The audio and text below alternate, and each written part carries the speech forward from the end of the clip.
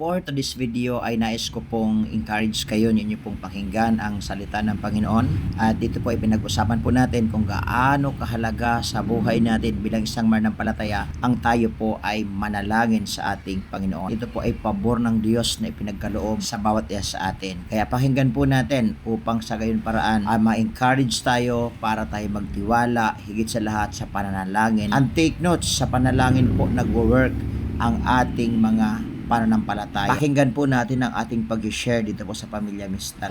Wala tayong ibang gagawin kundi ang magtiwala sa Panginoon. Kasi alam niyo yun, kaya gusto ko lang ma-mention to. Yung sabi ng Bible na ang lahat ng bagay ipagkatiwala niyo sa Panginoon. Yun ay prayer. Kasi di naman tayo pwede maglapit sa Diyos without prayer eh. Kasi alam niyo sa totoo lang, isang napakalaking opportunity na binigay ng Panginoon sa atin, yung binigyan tayo ng pagkakataon makipag-usap sa Diyos through our prayer.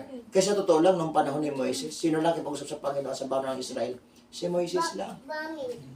Wala tayong pabor noong panahon na yun. But we are thankful to the Lord in this generation, nung tayo po ay naging Christian, naging mananampalataya, nagkaroon tayo ng panahon para makipag-usap sa Panginoon. Kapag nakipag-usap sa Panginoon araw, parang kidlat, pakinggan nila, tulog yun, makinig ng Panginoon. Ganon noong panahon. Pero sa panahon po natin ngayon, kahit anong time, oras, pwede tayo mag-pray. Utos pa ng Panginoon, pray without ceasing eh. Yan ang kagandahan doon. Alam nyo, ang prayer, kung wala ito sa buhay natin, kahit tayo man ng palataya, hindi mag-work yung ating pagiging man ng palataya.